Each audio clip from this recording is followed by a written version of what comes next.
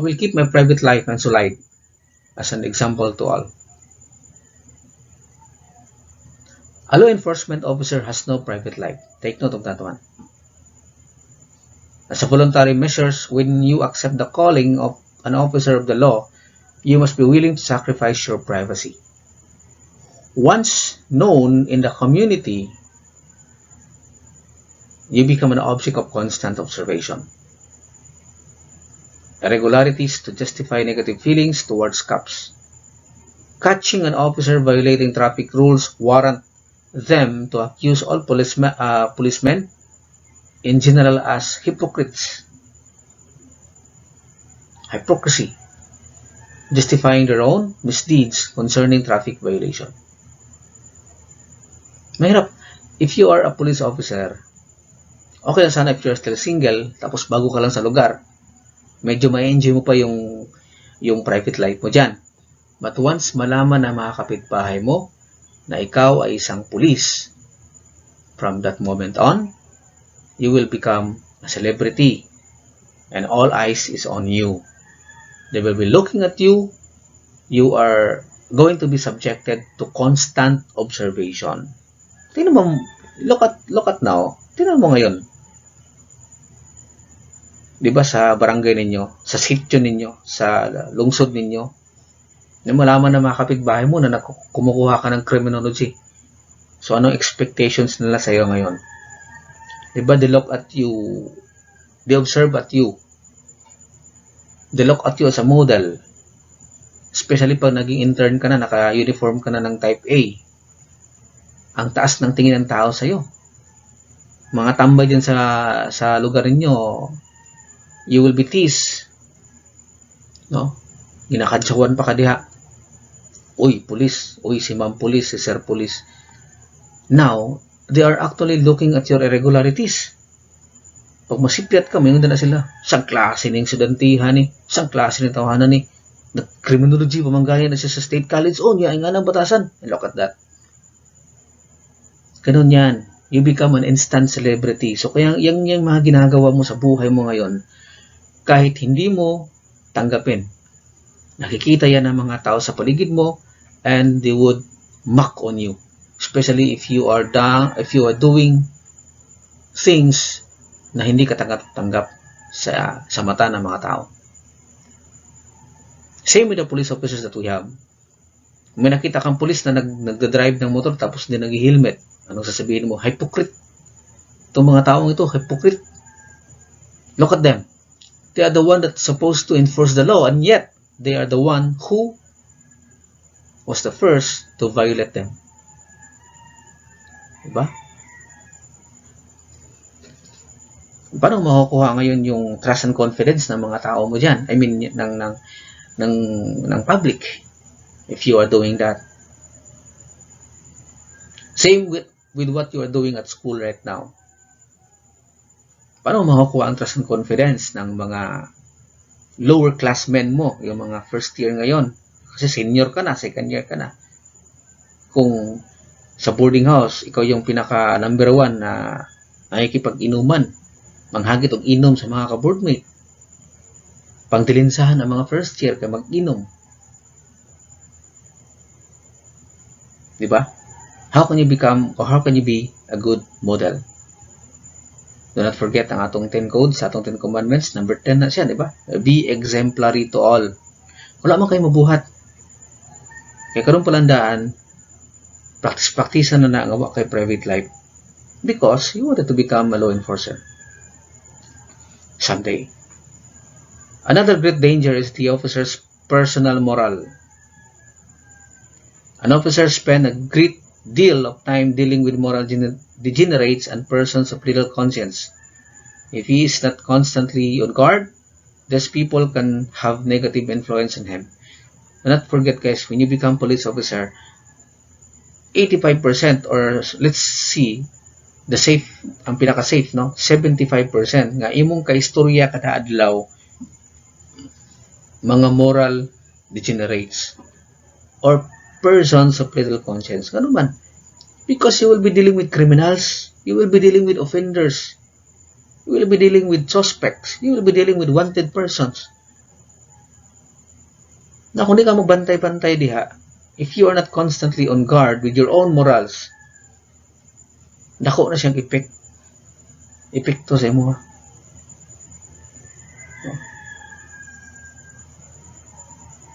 You will be dealing with prostitutes, especially pag gabi mong duty. Or mga female offenders, tapos they would say for example lang, ilang ihanyag ang ilahang pagkababae sa imo just for them to be exempted from arrest. Or drug dealer. Sir, i-exempted lang ko sa pag-aresto, sir. Alam ko na po, sir, na ay ako'y 5,000 din, sir. Palapasa lang ko, sir, one time lang. Yawa kay kwarta. Yan na kay panginahanglan. Especially pag dahangag uyab. Dahangag ibuhi, dahangag kagitugway kanding. You be careful. Muna isa sa mga danger sa usa ka police officer. If you are not that faithful sa imong God, you will succumb to these temptations. And what will happen? It will lead to both moral degradation and blackmail, which can have negative effect in the struggle for professional recognition. Yeah. Sir, remember din mo, sir, nakadawat ka sa kuha og 50,000 katong last year. Yan, sir. Dakpon ko nimo rin, sir. Basig akong i-inform ang police station, sir, ang imuhang supervisor, sir, or ang imuhang official nga natay transaction sa una. So what are you going to do if you are in that particular situation? Isip-isipin mo na lang yan. It generates also moral decay and endanger the officer's family. You have your own family, tapos you deal with prostitutes. Patay ka. Citizens are very alert to transgressions of moral nature and will quickly withdraw their needed support of any law enforcement agency in which the selfish desire of its officers betray their professional calling. Ang mga tao, ang publiko, very alert na sila, guys. They are very alert sa mga transgression if you talk about moral nature. Pag mawala na ang respeto na sa usa ka pulis, damay tanan. And kung madami na tanan, di na mo hatag sa ilahang support, di na mo hatag sa ilahang cooperation.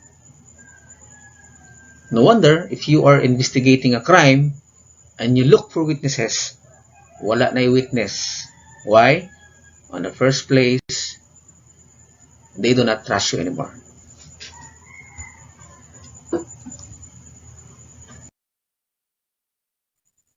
I will maintain courageous calm in the face of danger, scorn, or ridicule, or develop self-restraint. Anong ibig sabihin yan? Officers are prepared to a face-to-face physical danger and the public expect it. We expect on that. Kasi kaya nga meron tayong training sa firearms proficiency, meron tayong training sa defense tactics because we expected na yan sa police, sa ating mga law enforcers, that may mga panahon talaga that you really have to come face-to-face with danger. People think of police work as high-speed chases with guns blazing, another situation in which the officer's life is in danger. Yes, kasala yan sa sinumpaan mong tungkulin, yung you will put yourself in danger, and people also expect on that. But do not forget, itong mga dangers na to, quote-unquote, amounts to but a small fraction of the officer's work routine. Gamay ra ka na siya nga fraction sa imong trabaho kada adlaw sa police officer. May lag na siya 20%. Why? Ano bang threat talaga to become police officer? The threat that he is not prepared, that can actually affect him greatly, is public scorn or ridicule. Public scorn or ridicule. Mabasa niyo muna sa mga comments, di ba? Sang klase nga pulis, unsa nga klase nga pulis, kini nga pulis ba way training, sang klase nga pulis ni mo na sakit piya kana siya basahon, masakitan kay kag dili ikaw ang concern, sa kaya nang ikaw ang concern. Badge, gun, and uniform mean very little unless there's a real physical danger. Respect must be earned and cannot be both with badge, uniform, especially with gun. Di gini mo makuha ang respeto sa tao, labi nagtiuna mo nagpusil. A police officer is a public officer, and as such is a servant to the community. He is not above reproach or ridicule. Dili pud pwede nga, dili pud kay i-criticize. Dili ka exempted, ana. If you're a police officer, you are a public servant, you are a public officer, you are not exempted against criticism. Look at itong mga artista natin, di ba, pag criticize, if they are criticized, anong sinasabi nila? Please respect our personal life, blah, blah, blah, blah, blah, blah, blah, blah, blah. Wala na lang kay personal life. Same with the police officer. Same when you become a policeman. Wala na kay personal life. You are expected to work 24 hours a day. Dili ka pwede maglakaw gikan sa duty, paulit sa balay, na kung nakay naagihan diya nga crime in progress, dili ni mo tagdon kay off naman ka sa duty. Off naman ko sa duty, chief, bahala mo diya magkamatay mo diya. No, you cannot do that. Even sa imong pagtulog sa gabi, if you are called upon to respond to a particular emergency, you have to respond. That is expected of you. Balik tayo. It is not easy to control one's temper, especially if you are subjected to unnecessary and unjustified scorn or ridicule. But for a police officer, that is controlling temper is a must. Is a must na siya. That is why, guys, importante kayo ang pasensya sa inyong profession, sa atong profession. Pag wala kay pasensya diri, adi jud ka magdugay. Even now, look at your classmate, katong mga iga-igaon kay diha.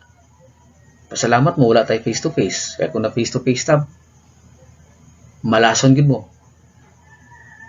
Kana mga binuang og post.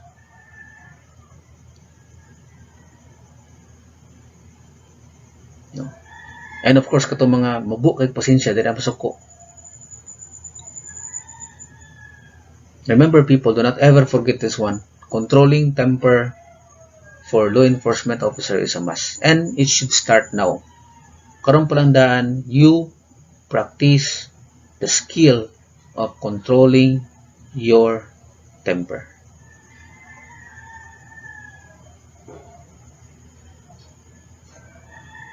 Okay?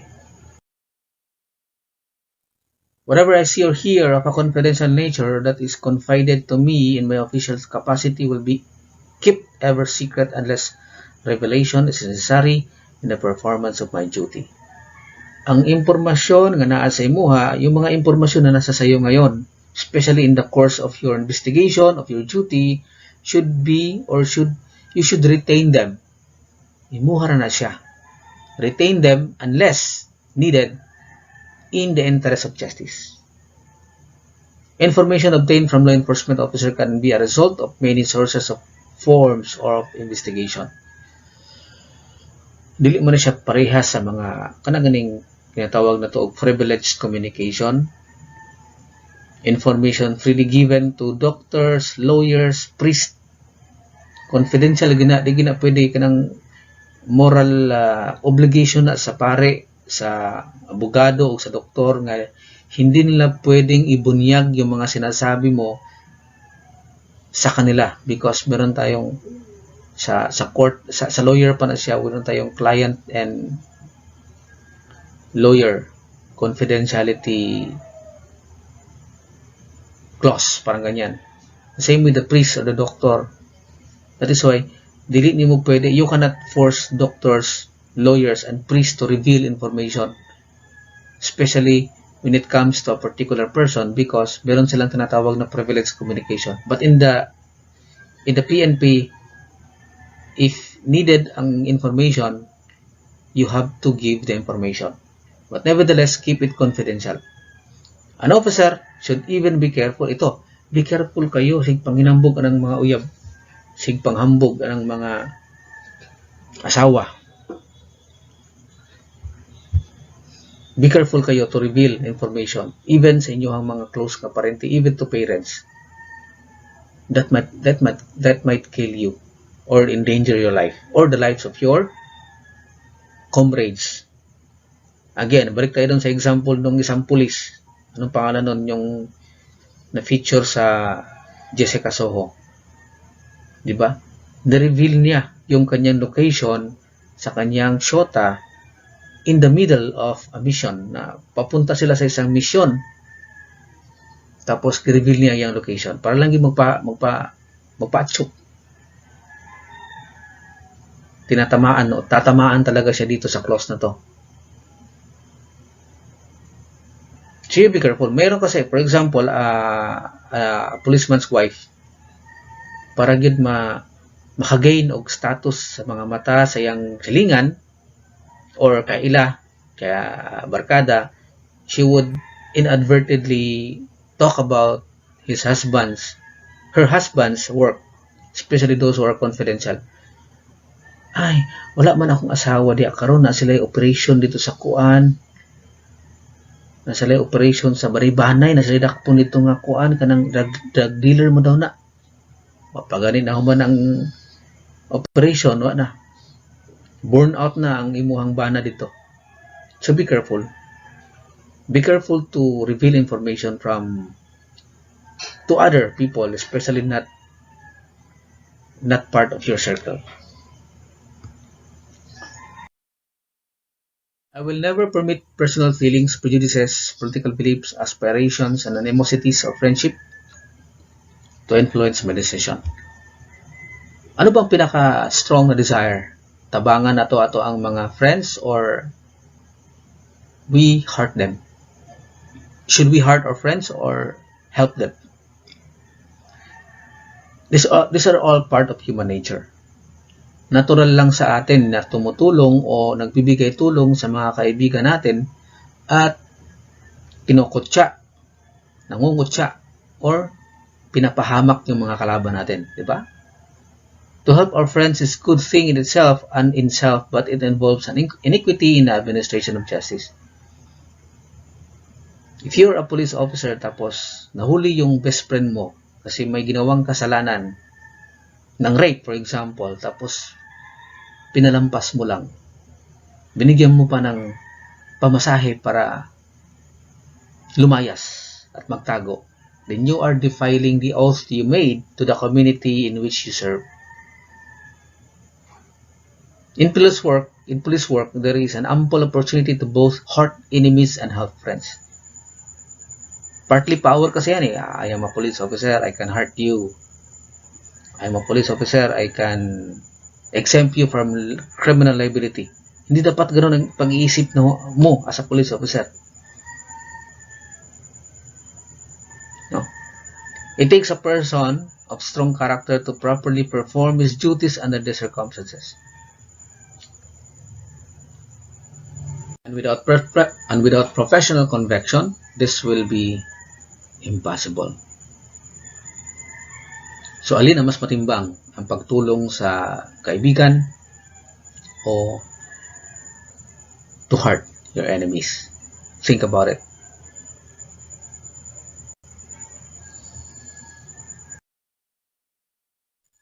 I will never act officiously. Acting officiously is one of the faults common to new officers, appearing to the public overly impressed with their own importance. Common yan. Especially pag bago yung police. Kasi nandun yung pride. Nandun yung pride na nakapag-uniform, tapos may badge, tapos may barrel. To be rightly be proud with his noble undertaking is not bad. Yeah, that's okay. Proud ka naman talaga na maging police ka o naging police ka. But sometimes, pag sumobra naman, di ba, pangit yung tingnan. A law enforcement officer must always guard against having this pride misinterpreted with the public as being merely officious. Your action as a police officer should command respect and cooperation, not command fear or intimidation sa mga tao. The majority of people who make contact with law enforcement officers during hours of duty are not criminals. Don't forget on that. Majority of traffic violators are normally law-abiding, upright citizens, and usually embarrassed enough by being caught without being talked down or worse, treated like a criminal. Sa US traffic courts, ang mga report ng mga judges doon is that hindi nag-a-appear yung mga traffic violators sa court just to contest the facts of their offenses, but to complain about the demeanor, the behavior, the manner of the officers issuing the citation. Totoo naman yun. So, importante talaga yung behavior ng police natin, yung manner, your manner of dealing with civilians, especially civilians. Especially pag naka sa LTO, naka sa Traffic Enforcement Bureau, naka sa naka sa Highway Patrol Group, TMG. Ang imong ginadil, dili na mga kriminal.